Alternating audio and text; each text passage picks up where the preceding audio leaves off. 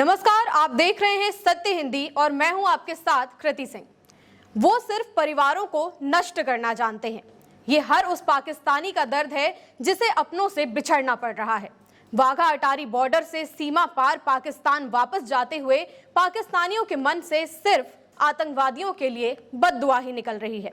पहलगाम हमले पर भारत सरकार के फैसले के बाद भारत में रह रहे पाकिस्तानी वापस पाकिस्तान जा रहे हैं और जाते जाते आतंकवादियों को कोस रहे हैं, जिनकी वजह से उन्हें अपने परिवार से दूर होना पड़ रहा है।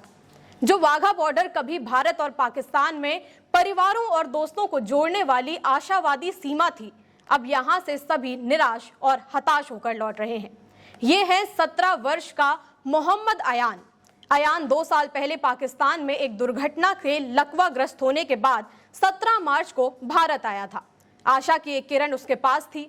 वो दिल्ली में अस्थायी घर बनाकर मैक्स से अपोलो तक अस्पतालों के गलियारों में अपना इलाज करवा रहा था, लेकिन अब उसे अचानक इलाज को बीच में छोड़कर वापस जाना पड़ रहा है, जो अब उस यात्रा के अचानक अंत का प्रतीक है, जिसे वो कभी भी अकेले नहीं करना चाहता था। अयान का कहना है कि हमारे वीजा की अवधि में अभी 15 दिन बाकी हैं।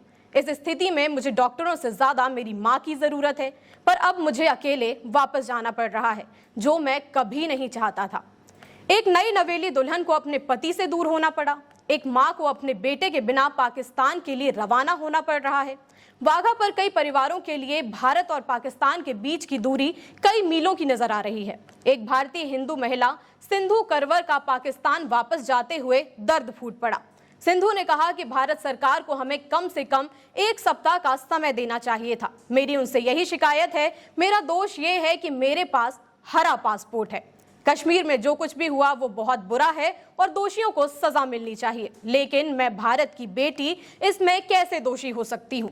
85 वर्षीय मोहम्मद भी अपनी बेटे के साथ चांदनी चौक में केवल 2 महीने बिता सकी। आतंकवादियों को कोसते हुए वापस जा रही हैं। उनका कहना है कि अगर मैं स्वस्थ होती तो मैं उन सभी आतंकवादियों को सबक सिखाती। 35 साल से ज्यादा समय से भारत में रह रही पाकिस्तानी नागरिक शारदा बाई को ओडिशा पुलिस ने तत्काल भारत छोड़ने का आदेश दिया है।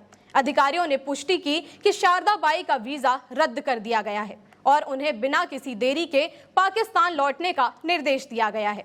पुलिस ने चेतावनी दी है कि यदि वो निष्कासन आदेश का पालन करने में विफल रहती हैं तो उनके खिलाफ कार्रवाई की जाएगी। शारदा बाई की शादी बोलांगीर में एक हिंदू परिवार में हुई थी और कई साल पहले उन्होंने महेश कुकरेजा से शादी की थी। उनके बेटे और बेटी भारतीय नागरिक हैं। वोटर आईडी सहित सभी महत्वपूर्ण दस्तावेज होने के बावजूद उन्हें कभी भारतीय नागरिकता नहीं दी गई। उन्होंने अब सरकार से अनुरोध किया है कि उन्हें उनके परिवार से अलग न किया जाए। हाथ जोड़कर उन्होंने भारत में रहने की अनुमति देने की अपील की है, जिसे वो 3 दशकों से अधिक समय से अपना घर कहती हैं। वाघा बॉर्डर अब इस वक्त जज्बातों से भरा हुआ है। अधिकारियों के अनुसार केवल 3 दिन में लगभग 537 से ज्यादा पाकिस्तानी नागरिक वापस सीमा पार कर चुके हैं। पाकिस्तानी महिलाएं जिन्होंने वीजा प्राप्त करने के लिए कई वर्षों का इंतजार किया था, कुछ ही दिनों में अपने बैग को वापस पैक करती पाई गई। पहलगाम हमले के बाद भारत ने तुरंत और कड़ी कार्रवाई की, जिससे सीधा असर आम नागरिकों पर पड़ा।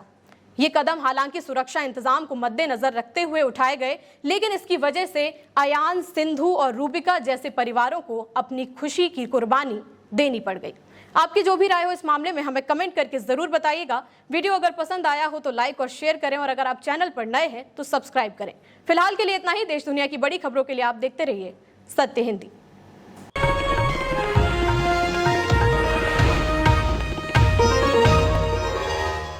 Copyright disclaimer under Section 107 of the Copyright Act 1976. Allowance is made for fair use for purposes such as criticism, comment, news reporting, scholarship, and research.